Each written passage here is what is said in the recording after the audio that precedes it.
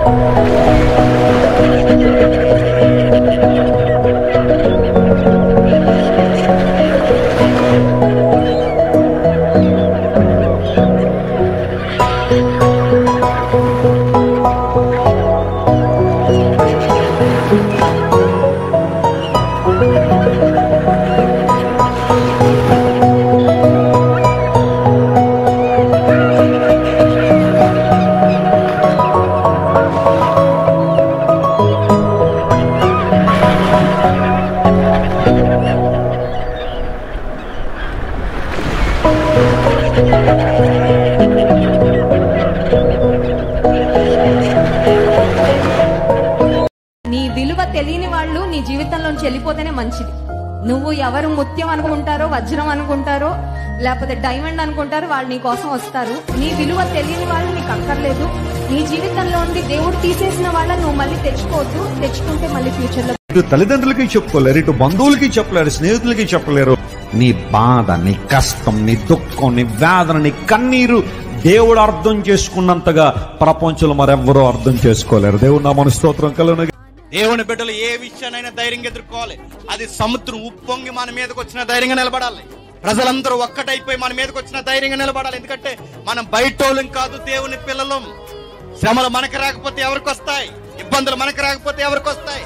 కష్టాలు మనకు రాకపోతే ఎవరికి వస్తాయి? మనం దేవుని పిల్లలం, సింహాలు లాంటి వారం కనుకే ప్రతి శ్రమనే ధైర్యంగా ఎదుర్కోవాలి. అప్పులు పాలైపోయింది, భర్త లేడు, నాన్నవారు లేరు, బంధువులు లేడు, స్నేహితులు లేడు, అడిగేవాళ్ళు లేరు, అయినా ఒంటరిగా ఇద్దరు చిన్నపిల్లలు వేసుకుని అంత ధైర్యంగా నిలబడగలిగిందంటే ఆమె ధైర్యం ఏంటి? దీనులను ఆదరించే దేవుడు ఉన్నాడని ఆ పాస్టర్ అమ్మ గారికి తెలుసు. గుర్తుపెట్టు. నీకు నాకు దేవుడు విలువ తెలియకపోవచ్చు, ఆ తల్లులకు తెలుసు. ఆ తల్లి నిలబడింది. నా భర్త లేకపోయినా, నా చుట్టం లేకపోయినా, మా అమ్మ నాన్న దగ్గర లేకపోయినా, నన్ను కన్నవారు నాకు సహాయకులుగా లేకపోయినా, నా భర్త నమ్మిన దేవుడు నాకు సహాయకుడని నమ్మింది. అది కదా నమ్మకం అంటే, అది కదా విశ్వాసం అంటే. ఎప్పుడైనా మిమ్మల్ని ఎవరైనా అపార్థం చేసుకున్నారా? అపార్థం, వెన్ యు ఆర్ మిస్అండర్స్టూడ్, ఇతరుల ద్వారా అపార్థం చేసుకోనబడినప్పుడు చాలా బాధ కలుగుతుంది. అయ్యో, నేను మంచి మనసుతో మాట్లాడితే వీళ్ళేంటి ఇలా అర్థం చేసుకున్నారు? అయ్యో, నేను ప్రేమతో మాట్లాడితే వీళ్ళేంటి వేరేలా తీసుకున్నారు?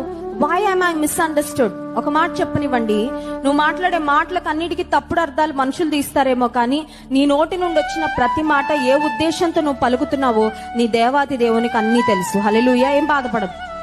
నీవు ఒకవేళ మనుషుల ద్వారా అపార్థం చేసుకొనబడుతున్నావేమో, కానీ దేవుడు మాత్రం నిన్ను కరెక్ట్ గా అర్థం చేసుకుంటాడు. నువ్వు ఏ టైంలో ఏ మాట. మనుషుల వైపు చూస్తే వాళ్ళు నీలో ఉన్న లోపాలు, బలహీనతలు, బుద్ధిహీనతలు అన్ని చూపించి కృంగగొడతారు. దేవుడికి వెళ్ళి చూడు, నీలో ఉన్నదేదో ఆయన దవ్వుతాడు, ఆయన చూపిస్తాడు.